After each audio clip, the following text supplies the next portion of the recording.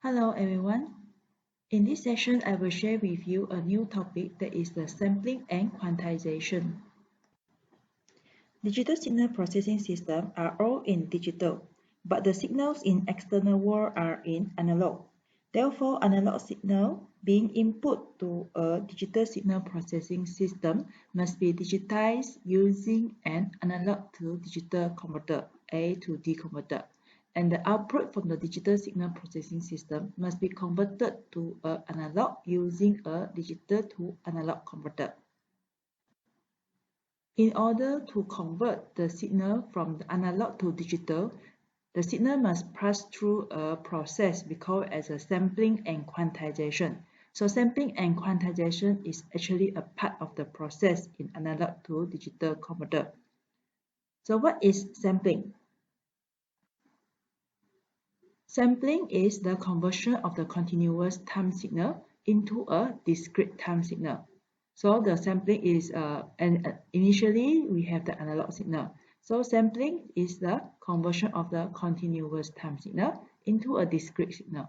That is obtained by taking samples of the continuous time signal at a discrete time instant. Next is the quantization. So after you get a discrete time signal from the sampling process, you convert again into a discrete time, okay? From the discrete time continuous value signal into a discrete time. So you will get a discrete value signal. And next one is the coding. Coding is actually as a discrete value, okay? It's represented by a big B-bit binary sequence. So coding actually is a binary sequence. This is the broad diagram of the analog to digital converter. Okay, so you must remember this broad diagram. So first of all, as I told you just now, the signal will pass through a sample, okay, sampling, quantization, and coding. So this is your analog signal, XAT in time domain. So signals around us are in the analog, that is in the time domain. So this, for example, voice, because all this in the time domain. So how to digitize our signals? So first of all is the sampling process. Sampling is the first step, change the analog signal to a digital signal. To do this, we have to sample the analog signal based on the sampling time. So we get the xn, which is the discrete time signal. Ideal sampling describes a sample signal as a weight sum of impulse. Okay, so weight sum of impulse, so xt multiplied with the it. Weight are equal to the value of the analog signal at the impulse location. And the ideal sampling signal is the product of an analog signal and a periodic impulse trend. So this is the ideal sampling operation in which you have the analog signal and then you pass through the sampling function. Okay, xt multiplied with the it, you will get the xit for the ideal sampling. So this is the sampling process. You get the sample signal. Therefore, the ideally sample signal is given by xit is xi multiplied with the it. This is the input and the sampling function. So also equal to the xt multiplied with the summation of delta t minus nts. Okay. So a discrete signal xn is represent a sequence of sample values x and ts. This is the sample value. The sampling operation may be lead to the potential loss of information in the ideally sample signals when compared with its underlying analog counterparts xt. This means that the sampling operation may cause to the potential loss of information. However, the smaller the sampling interval ts, the less the loss of information. there must always be some loss of information, no matter how small the interval we have. But anyway, it is possible to sample signal without loss of information. So how to sample a signal without any loss of information? The signal xt must be band limited to some finite frequency. Okay, so band limited. So we change the spectrum. We change the spectrum or the frequency in frequency domain. What is mean by band limited? Band limited means that the band is in frequency. So we need to change the time domain into a frequency domain using the FFT. But why do we need to change in the frequency domain? Okay, because we need the shape of the frequency domain depends on the signal of time domain. So that is the part of the sampling operation. So next, you will pass through a quantization. So after quantization, you will get a quantized signals, XQN, and then coding. So coder, you will pass through a coder, you will get a digital signal. So this part I will explain in detail later. Now let's look at the example. Given a signal xt with 100 Hz, if the signal sampling at fs, how many samples per second per period? What is the impact of the sampling frequency to sample per period? The first one is the fs, the sampling frequency at 3 kHz. From the question, we know that the xt, the signal xt, sample at 100 Hz. And then the fs is 3 kHz. Therefore, we need to find what is the cycle. Okay, t equal to 1 over s. S is the signals at signal with 100 Hz. So 1 over t equal to 1 over f equal to 1 over 100. That is equal to 0.01 second. This means that signal repeated at every 0.01 second. Okay, that is looks like this. Okay, after 0.01 second, the signal repeat again. So fs is 3k. What is the sampling time? So sampling time ts is 1 over fs. Okay, so fs given is 3k. So 1 over 3k, you get 0.0003 second. So the question asks you how many samples, so number of sample n's equal to, in one cycle, 0.01 is one cycle divided by the sampling time. So you get 30 samples per period. Means that in one cycle, you have 30 samples. 30 samples. So if you look at this graph, you see that there's a 1 bar, 2nd bar, 2 bar, 3 bar, 4 bar until, okay, so this is actually is 1, 2, 3, 4, 5, up to 30. So there's a 30 samples. Okay, one line equal to 1 samples. So there are 30 samples in one period or one cycle. Now we go back to a second question. B is fs equal to 80 Hz. Okay, sampling time is 1 over fs. So fs is 80 Hz. So that will be equal to 0.0125 seconds. Okay, so number of samples in one cycle 0.01 second divided by the sampling time is 0.0125 seconds. So you get 0.5 samples per period. This means that it is not in less than one cycle. This graph a little bit not correct. So they should get at the 0.0125. So this should be the sample should add here. This is 0.01. So this is this point is 0.015. So 0.0125 should be here. Okay, this point at the top here, this point.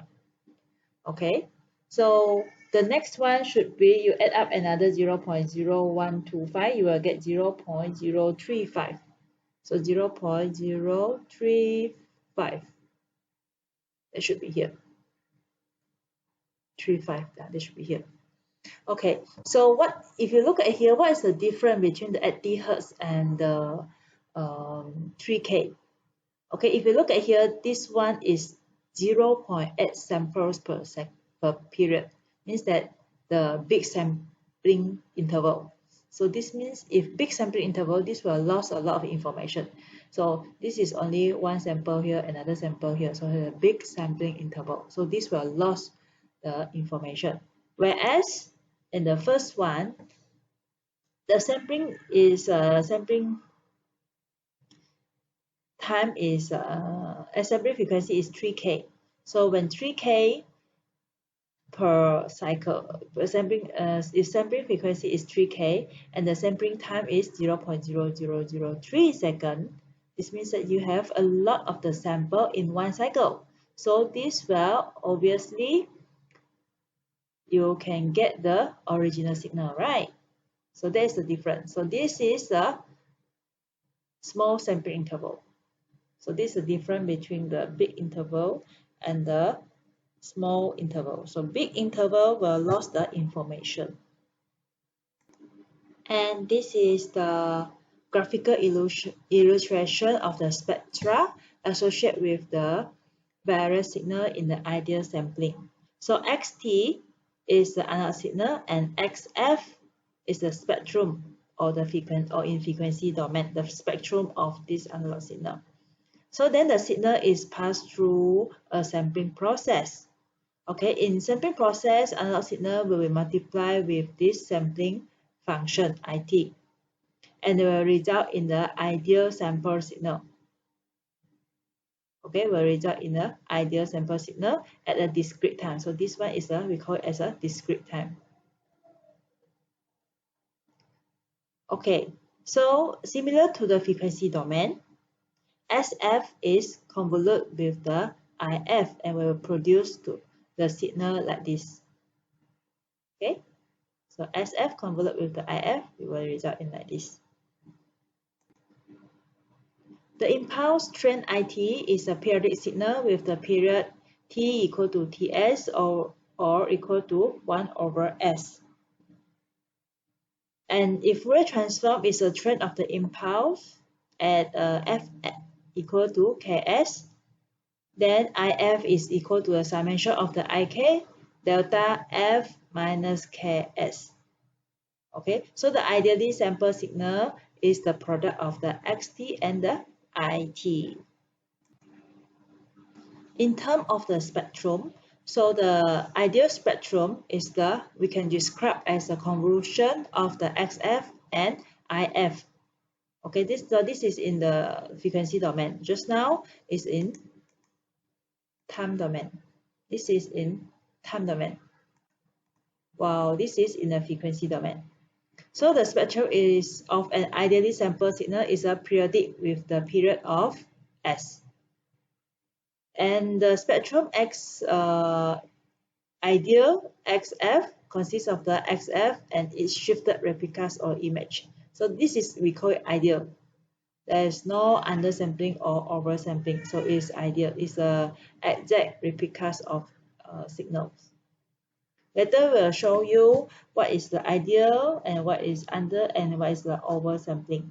So in this case, this is the ideal, okay, XIF. So it is a periodic in frequency with a period that equal the sampling rate. There are three types of the sampling: oversampling, critical sampling, and undersampling. Okay, so since the spectral image at the origin extend from minus B to B, so the next image will be centered at the S, extend from S minus B to S plus B. So the image will not overlap. Okay, if S minus B is more than B, or we can say that S more than 2B, okay, we call it as a oversampling. What is meant by oversampling? Oversampling is a sample signal show non-overlapping replicas of the XF. Replicas means the repeat of the SF. So this is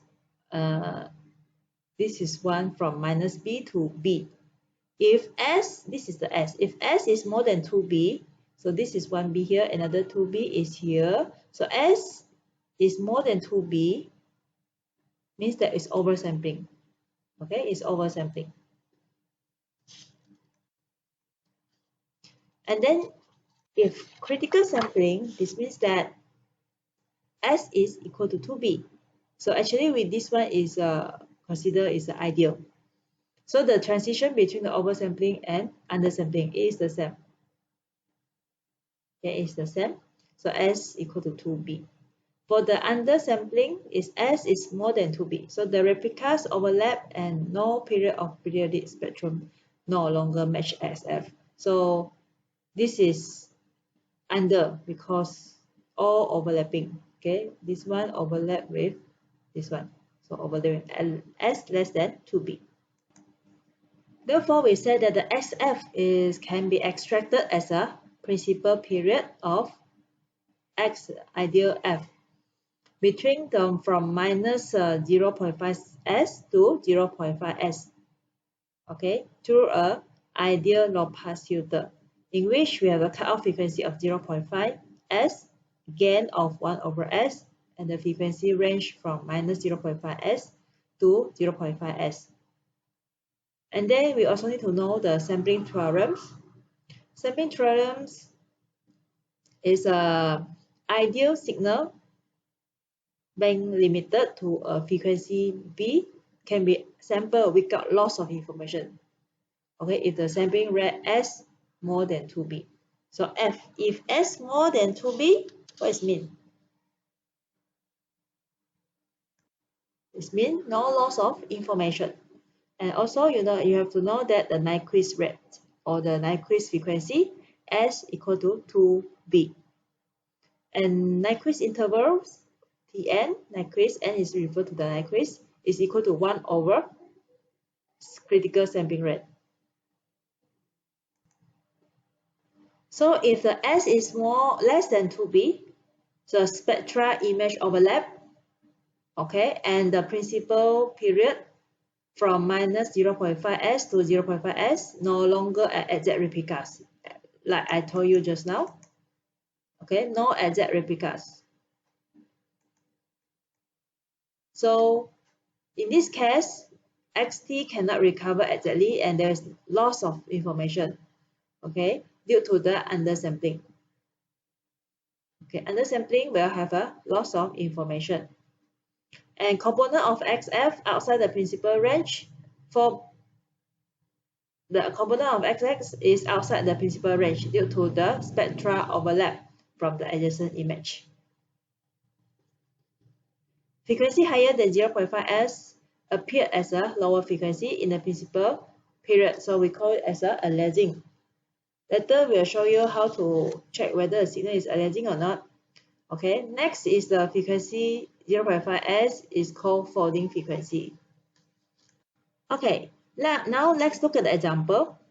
Given the signal x1t be band limited to 2 kHz and x2 be the band limited to 3 kHz, when find the Nyquist rate for the following signals by using properties of the Fourier transform. Okay, this is the question.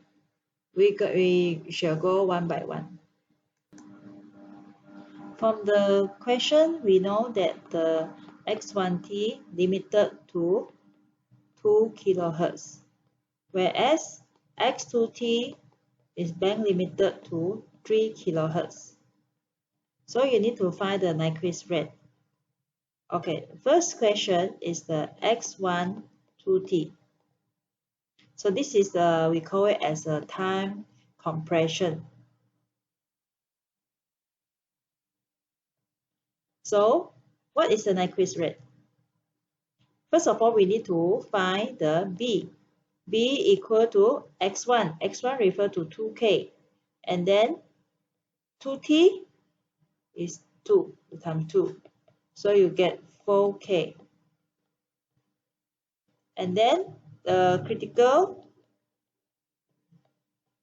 sampling rate, okay, Sn equal to 2B. So this is the Nyquist rate. Equal to 2B is 4K. So we get 8 kilohertz. Okay, that is pretty simple. Second one, x1 t over 2. Okay, so again we go to find the b. B is x1 is 2K. Okay, multiply with half because t over 2, so it's 1 over 2. Then we get 1 kilohertz. And then the Sn, the critical sampling rate, is equal to 2B again. And then B is 1 kilohertz. Therefore, we get 2 kilohertz. Okay. Next question. X to 3 minus t minus 3. This means this is S10 to 3 kilohertz. Or we can say that a time shift change only in the phase where B is 3 kilohertz. We refer to this one.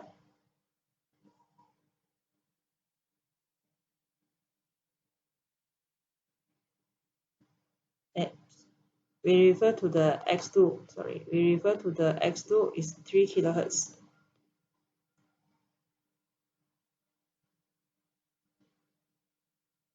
So this one, t minus 3, extend to 3 kilohertz. This is actually as a time shift change only the phase. So it's nothing to do with the frequency, the bandwidth.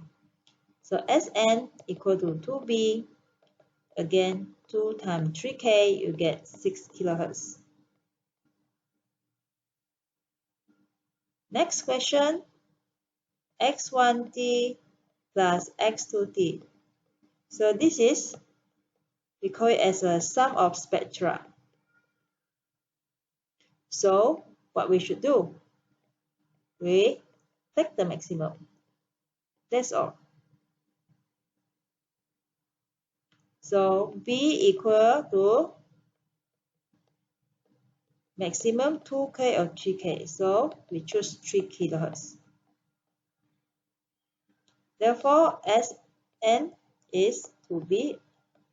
Then 2 times 3K, you get 6 kilohertz.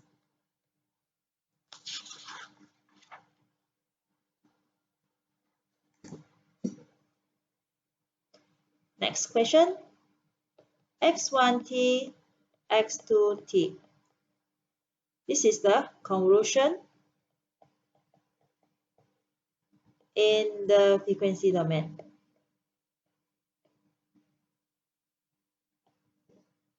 So B equal to 2K plus 3K, we obtain 5 kilohertz.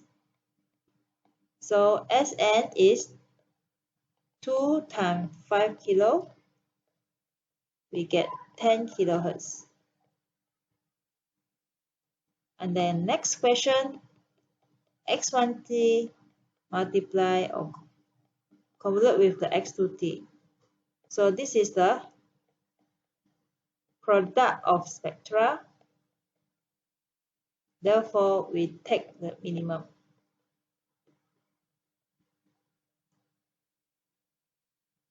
So B equal to minimum between 2K and 3K, we take 2K. So the critical sampling rate is 2 times 2K. You get 4 kilohertz. x1t multiply with the cos 1000 pi t. So this is what? So F naught, this one is 2 pi. F naught is the fundamental.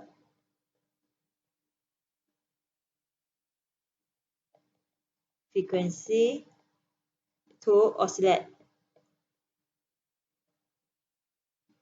So based on this one is 2 pi f naught t, right? So first of all, you need to find the f naught. So 1000 equal to 2 f naught, because in this question is 2 pi f naught t. So we already have the pi and t, we only left the 2 f naught equal to 1000. So f naught equal to 500 hertz. So this is the first modulation. Then we find the B. B is 500 plus 2 kilo. Therefore, we get 2500 hertz. So this is stretched by 500 hertz to 2.5 kilohertz. So next we find the SB equal to 2B. Sn equal to 2B, you get 2500. Then your answer will be 5 kilohertz. Alright. Alright, that's all for the example 3.2. If you would be free, you can do the exercise 3.2. Okay, what A, B, C, D. Next is the sampling of the sinusoidal and periodic signal. So for a sinusoidal signal, xt cos 2 pi f naught t plus theta. So you must know that the signal is cos 2 pi f naught t plus theta. So the Nyquist frequency is the Sn equal to 2f naught. And also we call it as a critical sampling rate. And the Nyquist interval is Tn equal to 1 over 2f naught, okay, or equal to T over 2. So taking more than 2 samples per period, if acquired just 2 samples per period, starting at 0 crossing, all sample values will be 0 and will yield no information. And this slide shows that the sample signal Sn equal to cos 2 pi n f naught over s. So actually T is equal to NTS, so it also equal to n over s. Okay, and the spectrum is the periodic with the principal period from minus 0.5s to 0.5s. And this one, we should know that if f naught is less than 0.5s, there's no aliasing. Okay, no aliasing. The principal period is a pair of impulse at f plus minus f naught. But let's say if f naught is more than 0.5s, there is a aliasing occurs. So if aliasing occurs, the component at the plus minus f naught are aliased to a lower frequency. So plus minus fa in the principal range. And this is the relationship between the actual and the aliased frequency. So this is the principal range from minus 0.5s to 0.5s. And this is the actual signals. And this is the aliased signals. Means if it's more than 0.5, you still remember, if more than 0.5 second, here, more than 0.5 s, if f naught is more than 0.5 s, there's aliasing occurs. So this means that this is more than 0.5, all this part is a alias. So this part is a alias is because of more than 0.5. Okay, if less than 0.5, there's no aliasing and there's no aliasing. So more than 0.5 s, so aliasing occur. The component at the plus minus f naught are aliased to a lower frequency. So first of all, you need to, if more than 0.5s, you need to find the aliased frequency. So aliased frequency is equal to fa equal to f naught minus ns. N equal or refer to the integer, and the s is equal to the sampling frequency. So the integer multiply with the sampling frequency, then are subtracted from F0 until the result Fa is in the principal period. Okay, that is from minus 0.5 S to 0.5 S. Now let's look at the example 3.3. Given the sinusoidal xt equal to a cos 2 pi f naught t plus theta, with f naught is 100, determine whether aliasing occur or not for a given sampling frequency as below, and write down the corresponding signal. Write down the alias frequency if it occurs.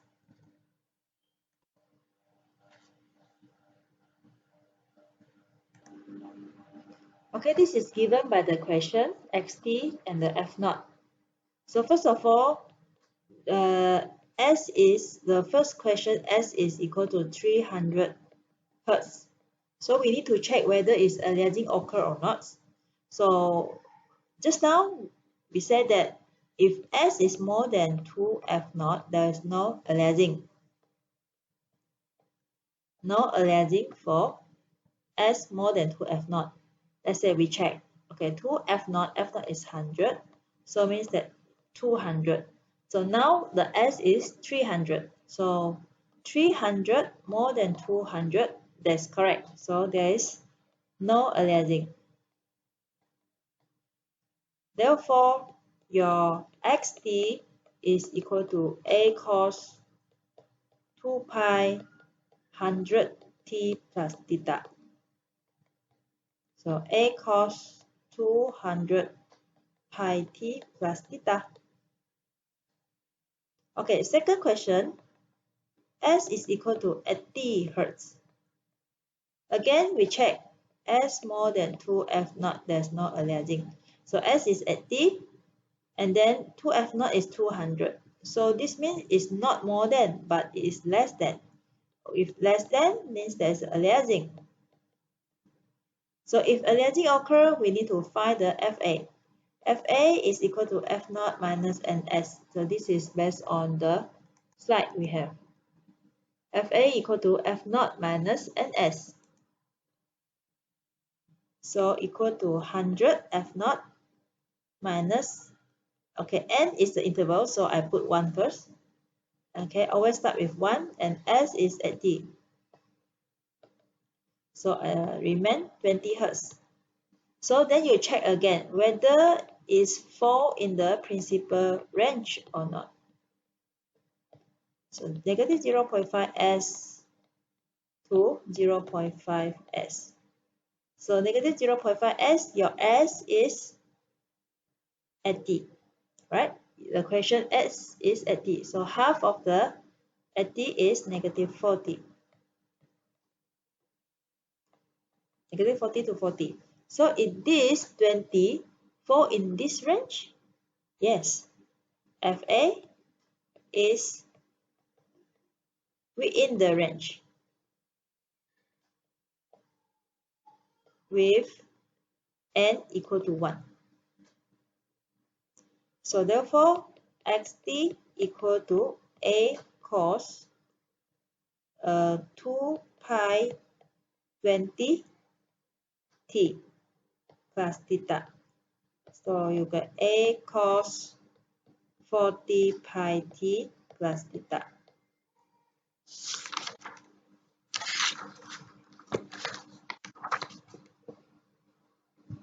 Okay, next question. S equal to 60 Hertz. So S more than 2F0. Again, you check. 2F0, this is 200. S is 60. So this is definitely less than 200. Therefore, aliasing occurs. So Fa equal to F0 minus Ns. So aliasing occurs, we need to find the Fa. F0 is 100, N is 1, okay, and S is 60. So we get 40 Hertz. Then we check again the principal range from 0.5 S to 0.5 S. So S is 60, so your negative 0.5S is negative 30. So whether it is within the range? No, it's over. 30 maximum, but FA is 40, so cannot. Then we check again, FA equal to F naught minus 2S. So we increase the integer from 1 to 2. So you get negative 20 Hertz. So is the negative 20 Hertz within the range? Yes. So FA is within the range with N equal to 2. So therefore, xt equal to a cos 2 pi minus 20t plus theta.